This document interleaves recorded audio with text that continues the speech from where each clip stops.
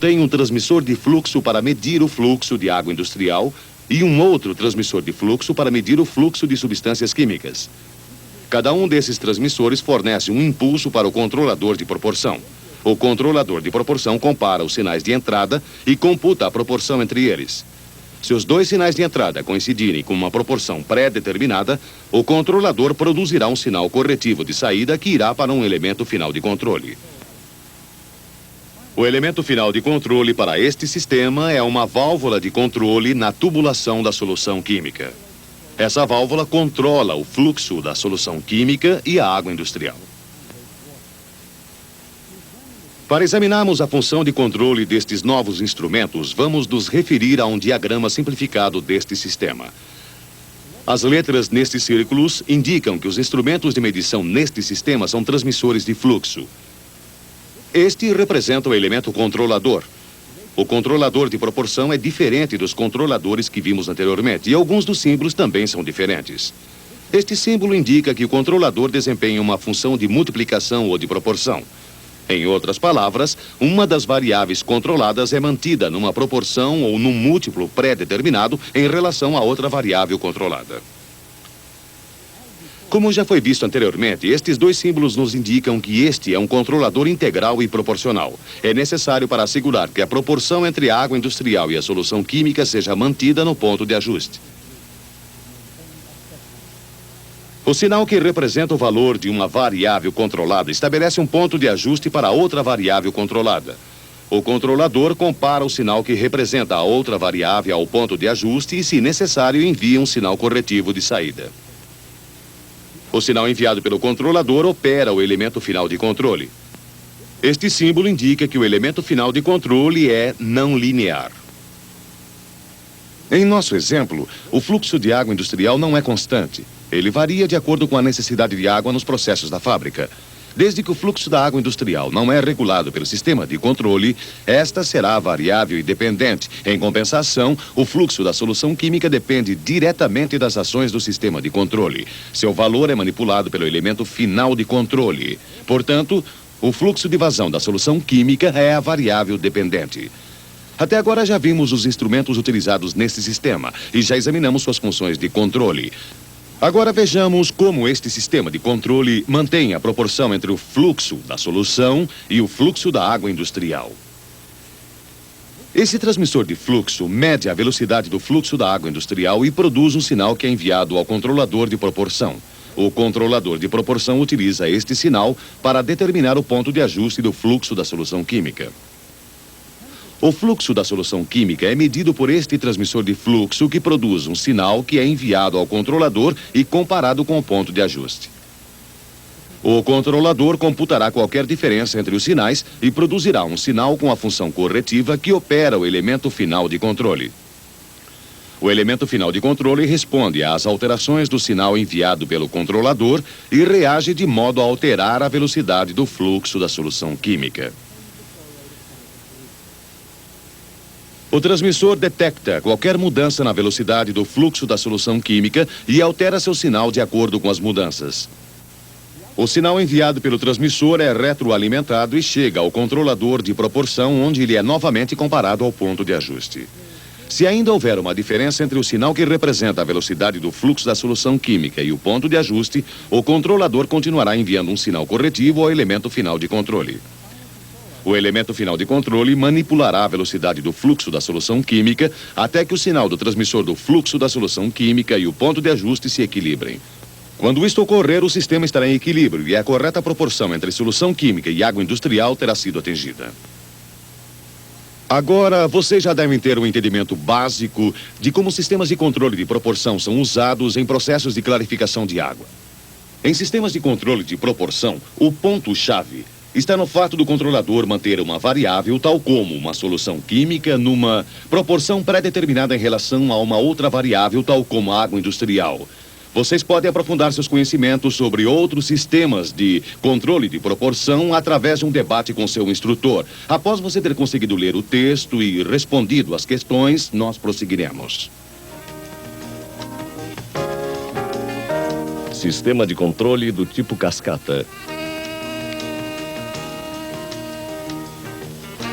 Na última parte desta aula foi visto um outro tipo de sistema de múltiplos elementos cuja função era de manter a correta relação entre duas variáveis de um processo. No restante do programa, daremos uma olhada em sistema de controle de múltiplos elementos projetado para controlar automaticamente a operação de uma caldeira. Como vocês sabem, um sistema de caldeiras é um processo industrial comum utilizado para transformar a água em vapor que será utilizado na fábrica. Para produzir vapor, uma caldeira necessita de dois elementos essenciais, calor e água. Compreenderemos isto observando uma simples ilustração de uma caldeira comum. Para produzir calor, fornece-se combustível à caldeira através deste tubo. O ar é fornecido através deste tubo ou ducto. O combustível e o ar misturam-se e queimam no interior da fornalha da caldeira. O processo da queima da mistura de ar com combustível é conhecido como combustão. A água é fornecida através deste tubo para manter o nível correto no tambor da caldeira. Conforme a água na caldeira é aquecida, ela se transforma em vapor e flui através deste tubo para fora da caldeira. O fluxo de saída do vapor deve ser tal que satisfaça a demanda de vapor da fábrica. Conforme varia-se a demanda de vapor, a quantidade de combustível e ar necessária na fornalha e a quantidade de água necessitada no tambor também irá variar.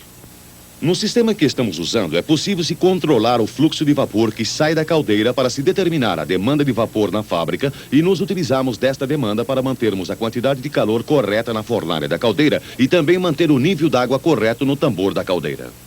Nesta parte do programa, veremos como o fluxo de vapor controlado é utilizado para se manter a quantidade correta de calor na fornalha. Para este processo, um sistema de controle de múltiplos elementos controla o fluxo de vapor e mantém a quantidade de calor correta através da regulagem do fluxo da entrada do combustível e do ar na fornalha. O controle à entrada de combustível e de ar na fornalha é chamado de controle de combustão. Este sistema de combustão, em particular, utiliza-se de um sistema de controle especial chamado de sistema de controle do tipo cascata. Em termos simples, um sistema de controle do tipo cascata é um sistema em que o sinal enviado por um controlador estabelece o ponto de ajuste em um segundo controlador, e o sinal enviado pelo segundo controlador opera um elemento final de controle. Para compreender isto, daremos uma olhada em um diagrama simplificado de um sistema simples de controle do tipo cascata. Este diagrama é semelhante ao diagrama do controlador de proporção que vimos anteriormente, porém há uma diferença importante. Apesar deste controlador receber dois sinais, tal qual o controlador de proporção, um desses sinais recebidos vem de um outro controlador. Esta é a principal diferença entre o sistema de proporção e o sistema do tipo cascata. Na maioria dos casos em que um controlador recebe um sinal de um controlador, temos um sistema do tipo cascata. Neste sistema em particular, este controlador recebe um sinal de um dispositivo de medição. O controlador compara este sinal com um ponto de ajuste estabelecido e produz um sinal que representa a diferença entre o sinal recebido e o ponto de ajuste. O sinal enviado pelo primeiro controlador chega ao segundo controlador e se torna o ponto de ajuste no segundo controlador. O segundo sinal enviado do segundo controlador vem de um elemento de medição. O segundo controlador compara o sinal enviado pelo elemento de medição com o ponto de ajuste pelo primeiro controlador. Se houver uma diferença, um sinal enviado pelo segundo controlador mostrará esta diferença. A mudança no sinal é enviada ao elemento final de controle, que faz com que a variável do processo retorne ao ponto de ajuste. A vantagem do sistema de controle do tipo cascata é que o sistema de controle responderá a uma mudança em qualquer das variáveis controladas para manter a variável do processo no ponto de ajuste. Para aplicarmos esses princípios gerais do controle do tipo cascata ao sistema de caldeira, vamos nos referir novamente à ilustração da caldeira. Aqui está a caldeira com os instrumentos que compõem o sistema de controle do tipo cascata. Neste sistema do tipo cascata, o ritmo do fluxo de vapor é usado para manter correto os ritmos dos fluxos de combustível e de ar da fornalha. Este transmissor mede o ritmo do fluxo de vapor da caldeira, produz um sinal que representa este valor e envia a este controlador. Para a caldeira utilizada em nosso caso, este controle é chamado de controle mestre, pois o sinal que ele envia é o ponto estabelecido tanto para o fluxo de combustível como para o fluxo de ar. O controlador mestre compara o sinal do transmissor com seu ponto de ajuste, produzindo uma alteração no seu sinal enviado que é proporcional ao sinal recebido. O sinal enviado pelo controlador vai para uma estação de transferência que pode ser tanto automática como manual. Como vocês sabem, uma estação deste tipo permite ao operador a opção de um sistema automático ou manual. Isto permite ao operador um controle manual do processo se ele não estiver operando satisfatoriamente no automático. Quando estivermos operando no automático, o sinal do controle mestre passa pela estação de transferência e este será o sinal da estação de transferência. No restante deste segmento, nós iremos supor que as estações de transferência estão operando no automático. O sinal enviado pela estação de transferência chega neste controlador, que é o controlador do fluxo de combustível, e neste outro, que é o controlador de fluxo de ar. Uma vez que este sinal é o ponto de ajuste nesses dois controladores, este é um sistema de controle do tipo cascata. Para sabermos mais sobre esses instrumentos, veremos como esta parte do sistema se apresenta em um diagrama. O transmissor do fluxo de vapor está representado por este círculo à direita. O sinal enviado pelo transmissor chega ao controle mestre. Este símbolo nos indica que esse controlador é apenas proporcional. A razão pela qual temos um controlador proporcional é que, neste caso, o fluxo de vapor não está sendo controlado, mas ele se altera para atender à demanda da fábrica. A única exigência para este tipo de controlador é que ele precisa causar a mudança no sinal que ele envia para que esse se torne proporcional ao sinal que ele recebe. O sinal enviado pelo controlador mestre vai para a estação de transferência automática ou manual, que está representada por este losango. O T nos indica que ela é uma estação de transferência do tipo manual. Quando o interruptor automático manual estiver na posição de automático, o sinal do controlador mestre passará pela estação de transferência e irá para esses dois controladores, o controlador do fluxo de combustível e o controlador do fluxo de ar. Este sinal produzido pelo controlador mestre é o ponto de ajuste, tanto para o controlador do fluxo de combustível quanto para o controlador do fluxo de ar. Vimos que o sinal produzido pelo controlador mestre é o ponto de ajuste para os controladores dos fluxos de combustível e de ar. Agora veremos como funcionam os sistemas de fluxo de combustível e de ar. Veremos um sistema de fluxo de combustível e como ele regula o fluxo de entrada na fornalha. A parte do sistema que regula o fluxo de combustível compõe-se de um transmissor, tubulação, um controlador, uma estação de transferência automática ou manual e uma válvula com um atuador e um posicionador. O controlador mestre estabelece o ponto de ajuste para o controlador do fluxo de combustível.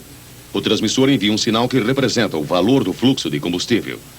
O controlador do fluxo de combustível compara este sinal com o ponto de ajuste, computa qualquer diferença e produz um sinal corretivo que representa essa diferença e envia este sinal para esta estação de transferência manual automática. Em operações automáticas, o sinal enviado pelo controlador do fluxo de combustível passa através da estação de transferência e é enviado ao elemento final de controle. O elemento final de controle posiciona uma válvula na tubulação do combustível para controlar o fluxo de combustível para a fornalha. Para sabermos mais sobre os instrumentos de controle que regulam o fluxo de combustível, retornaremos ao nosso diagrama. Esta parte do diagrama representa o sistema de controle do fluxo do combustível. Este círculo representa o transmissor de fluxo e este representa o controlador do fluxo de combustível. Este controlador recebe dois sinais, um do controlador mestre e um do transmissor de fluxo. Como você pode ver, este é um controlador do tipo PI. Um controlador do tipo PI é utilizado no sistema de controle do fluxo de combustível porque a quantidade de combustível que entra na fornalha é crítica. O fluxo de combustível deve ser mantido no ponto de ajuste. Como já vimos, um controlador do tipo PI repete o sinal que ele envia até que a variável do processo retorne ao ponto de ajuste. Isto representa uma estação de transferência automática manual no controle do fluxo de combustível. Como o outro, ele também é uma estação de transferência do tipo manual. E aqui está o elemento final de controle, que é não linear. O sistema de controlador do fluxo de combustível é semelhante a um sistema de controle de elemento único, porém com uma principal diferença. Num sistema de elemento único, o ponto de ajuste é ajustado manualmente numa estação de transferência automática manual ou no próprio controlador. Neste sistema de controle do tipo cascata, o ponto de ajuste é enviado pelo controlador mestre. Agora que já sabemos como o fluxo de combustível é regulado, retornemos à ilustração e vamos identificar quais os instrumentos que controlam o fluxo de ar. O sistema que controla o fluxo de ar é composto de um transmissor de fluxo, um controlador, de uma estação de transferência automática manual e de um elemento final de controle que neste sistema é um atuador que opera dampers em um ducto de ar. O controlador mestre estabelece o ponto de ajuste para o controlador do fluxo de ar. Este transmissor envia um sinal que representa o valor do fluxo de